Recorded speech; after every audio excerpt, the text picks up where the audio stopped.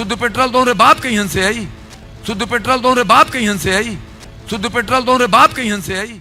E20 petrol को लेकर देश भर में जारी बहस अब सियासी बयानबाजी में बदलती जा रही है। मध्य प्रदेश के रीवा से भाजपा सांसद जनार्दन मिश्रा के शुद्ध पेट्रोल तुम्हारे बाप के घर से आएगा वाले बयान पर छत्तीसगढ़ के पूर्व मुख्यमंत्री और कांग्रेस नेता भूपेश बघेल ने पलटवार किया है। बघेल ने भाजपा नेताओं पर निशाना साधते हुए कहा कि अगर जनता शुद्ध पेट्रोल की मांग कर रही है तो इसका जवाब भाजपा को देना चाहिए। भूपेश बघेल ने तंज कसते हुए कहा कि भाजपा नेताओं के बयान से लगता है कि वे होश खो बैठे हैं। उन्होंने कहा कि अगर इतना ही है तो अपने अब बाप के घर से शुद्ध पेट्रोल ले आए।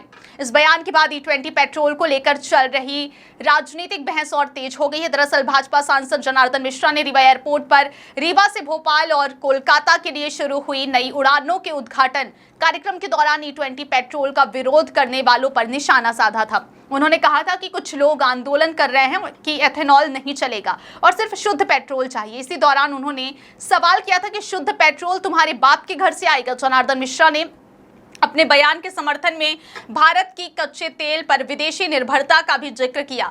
उनका कहना था कि भारत अपनी जरूरत का करीब 20% कच्चा तेल ही देश में पैदा करता है, जबकि लगभग 80% तेल आयात करना पड़ता है। अंतर्राष्ट्रीय परिस्थितियों और युद्ध जैसी स्थितियों के कारण कच्चे तेल की सप्लाई और कीमतों पर असर पड़ सकता है। ऐसे में पेट्रोल में एथेनॉल मिलाने का विरोध नहीं किया जाना चाहिए। मिश्रा ने E20 के समर्थन में ब्राजील का उदाहरण भी दिया। उन्होंने कहा कि ब्राजील में बड़े पैमाने पर एथेनॉल का इस्तेमाल होता है और वहां गाड़ियां इससे चल रही हैं। उनका दावा है कि ऑटोमोबाइल विशेषज्ञों और मैकेनिकों के मुताबिक एथेनॉल से वाहनों के इंजन को नुकसान नहीं होता। हालांकि E20 पेट्रोल को लेकर विपक्ष लगातार केंद्र सरकार पर सवाल उठा रही है। कांग्रेस और आम आदमी पार्टी समेत विपक्षी दलों का आरोप है कि E20 के इस्तेमाल से कुछ वाहनों के माइलेज और इंजन पर असर पड़ सकता है। वहीं सरकार और E20 के समर्थकों का तर्क है कि इससे कच्चे तेल के आयात पर निर्भरता कम होती है, किसानों को फायदा मिलेगा और देश की ऊर्जा सुरक्षा मजबूत होगी। सरकार के मुताबिक अमेरिका, ब्राजील और जापान जैसे कई देशों में एथेनॉल मिश्रित पेट्रोल का इस्तेमाल पहले से किया जा रहा है। सरकार का दावा है कि एथेनॉल ब्लेंडिंग से भारत ने कच्चे तेल के आयात पर 1.4 लाख करोड़ रुपए से ज्यादा की विदेशी मुद्रा बचाई है। इससे ऊर्जा सुरक्षा बढ़ाने, प्रदूषण कम करने और किसानों की आय बढ़ाने में भी मदद मिली है। भारत ने पेट्रोल में 20% एथेनॉल मिश्रण का लक्ष्य तय समय से 5 साल पहले हासिल कर लिया है। अब सरकार की नजर भविष्य में एथेनॉल ब्लेंडिंग को और बढ़ाने पर है।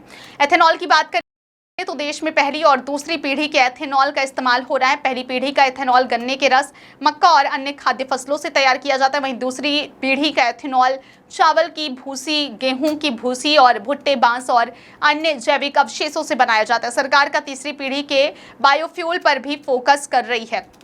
फिलहाल E20 पेट्रोल पर तकनीकी बहस के साथ सियासी बयानबाजी भी तेज है। ऐसे में सवाल यही है कि शुद्ध पेट्रोल बनाम E20 की इस बहस में सरकार और विपक्ष अपने अपने तर्कों के साथ जनता को कितना भरोसा दिला पाते हैं।